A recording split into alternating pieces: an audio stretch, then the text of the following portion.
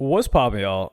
Diddy's really what's left of his main chick, the chick that went AWOL when it came to her potentially being a victim on the stand at Diddy's trial. Gina has finally spoken out on social media after she was nowhere to be found during this trial, and they really wanted to find her. Gina fell under this similar archetype of woman that Diddy has had since Cassie. Like, she kind of looks Asian, but she's tan. She could be either a mix or she could be one of the like darker Asians, let's just say like Cambodian or even potentially Filipino, Thai, etc. First it was Cassie, and then it was what's her name? There was Gina, of course, and then there was 50 Cent's baby mama, and I think there was somebody in between there as well. That's just the people that we know of. But there was an expose before this trial even happened, before charges even came on Diddy, when she did an interview with Tasha K. And this was in 2019, Unwind with Tasha K, where she made claims about physical abuse on Diddy, or by Diddy. And this was before the videotape leaked of Cassie with him. And that just goes to show how impactful a videotape is in comparison to just giving testimony, because this chick really talked about how Diddy brutalized her. And the chick I'm talking about is Gina in this case. So she was his girlfriend for several years, and she accused him of physical and emotional abuse. And then she kind of quieted down after that. And then it resurfaced during this time when people were trying to find her and nobody was able to find her. And then they had a kid as well. And she recently just popped up on what, I don't know if this is Threads, because this doesn't really look like Twitter, but she goes on to say, I'm too high vibrational for this. Okay. She's definitely with the program. Like what? And keep in mind, if every other chick was doing FOs, also known as freak-offs, also known as hotel nights, debauchery nights, whatever they want to call it, then she was definitely getting down with that too. And then,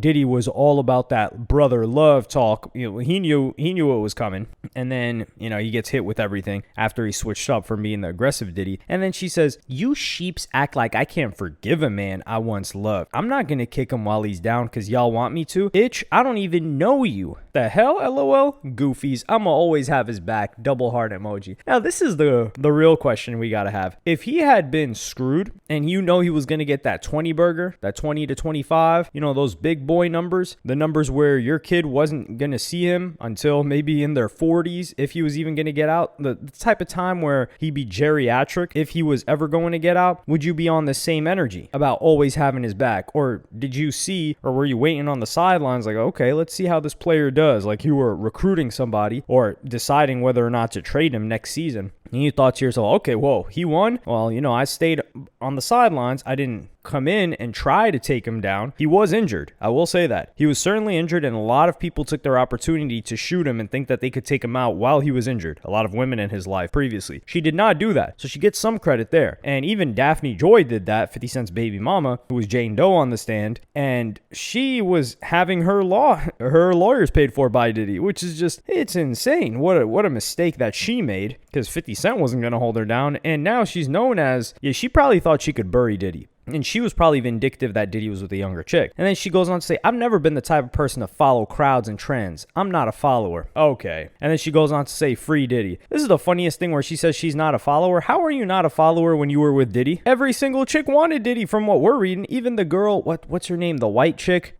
She was also Miranda or something like that she tried to not show herself. But it was this white lady that was married that said Diddy took the box from her, which we know wasn't true, especially after we got more information from her. I think Sarah, her name was Sarah, I think. And she was getting down with Diddy. So it seemed like everybody wanted Diddy. And even those chicks said every girl wanted Diddy. So you are really the top of the list for following the crowd if you ended up with Diddy as your man. Like I was really original. I chose to get with Diddy. Like nobody wanted him. Okay. Like these chicks wanted him so bad that they were willing to tolerate getting ran through by hundreds of guys. Like that's a different level of wanting somebody. And she says, free Diddy. She continues on to say, real B, give a F. And I do think I don't know if this is saying that she's allies with Young Miami, who's also been silent throughout the whole Diddy thing. Like, she's saying, I don't know what that was about. And then when he got free,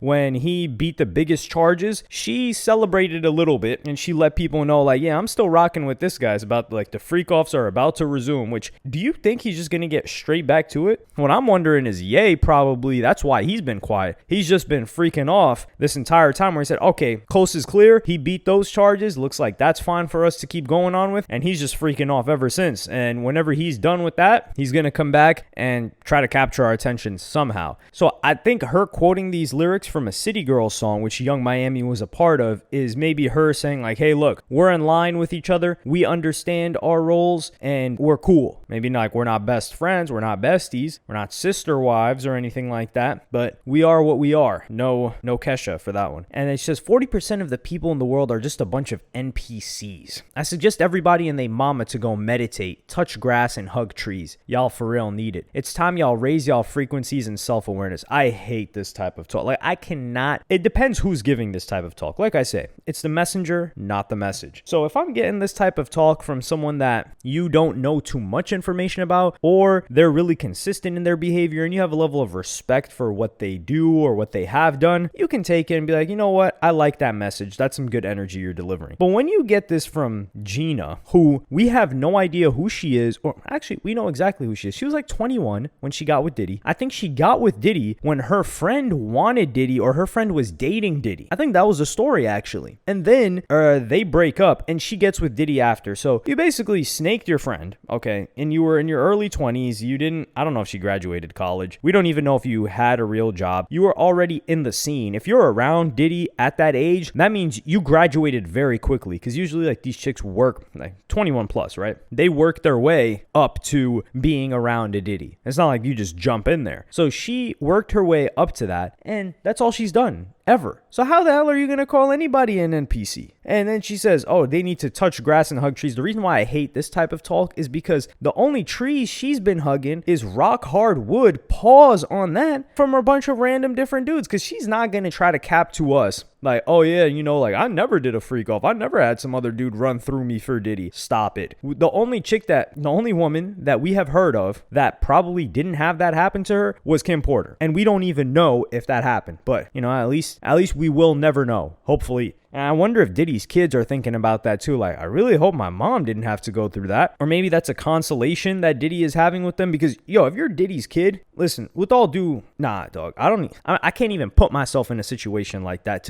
I can't even put myself in a hypothetical to think like that. My mind just goes through a block. It's almost like I blacked out on the mic right there. But let's just say Diddy's kids, right? They have to be thinking, oh, that was just those other chicks, not mom, right? And they had to have asked their father. So maybe their father was like, nah, I would never put your mother through that. And perhaps that's what's kept them supporting. Because if he did put their mother through that, how do you even hold down Diddy? Pause, super pause on that. Like, that's got to cause some real family turmoil between the father and the sons. And perhaps that was just Diddy had not yet graduated or flunked out of straight male university, to getting into the FO type of deal until maybe like 15 years into the game when he met Cassie. Because I don't know if he did it before that, but it's not something that you just start off with. Like, you don't just start off snorting lines or, doing the Demi Lovato, heating up that spoon. Like, you got to start off with something, maybe like a cig, maybe a little bit of liquor, and then maybe you do some weed, whichever happens first. And then maybe you work your way up till eventually you're heating up a spoon in a corner of a drug den. So I think it's the same. Well, I don't think. It has to be the same way with how Diddy got into these FOs. So this chick, she came when he was already a veteran at these FOs, and she got the nerve to lecture anybody about anything. How about you shut up and go sit down? I don't want her talking to any other woman, with all due, even random women, because you got to think, she's talking to, and now I will say, other people telling her that she's a victim. The only reason people believe that you're a victim is because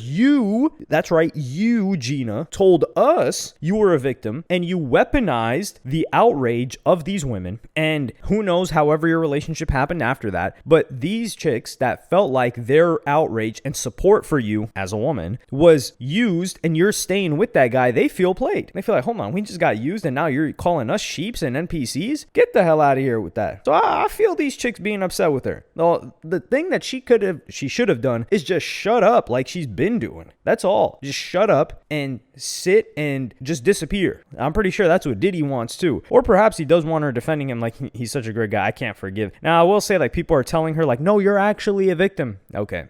One of the lines that J. Cole said, don't save her. She don't want to be saved. She clearly don't want to be saved. The federal government was ready to save her and she said no. And you think you're going to save her or tell her that she's a victim? No. They've clearly got whatever they've got going on and they better just keep it over there. Except in the back of our mind, we still know that that's going to be going on, which is quite disturbing. Now, that's the bad part too. We know her kid is going to grow up and have to know that his mom was going through these freak-offs, which, is that? Now, what do you even call that? You know how they say, like, rainbow son or thought daughter? It's almost like freaking off dad or mom that's getting ran through by the guys that the dad hired to freak off with. That's really the new game that they're going to start playing. But let me know what y'all think about this in the comments. Like, subscribe, and hit the notification bell if you enjoyed. And I'm going to see y'all on the next one.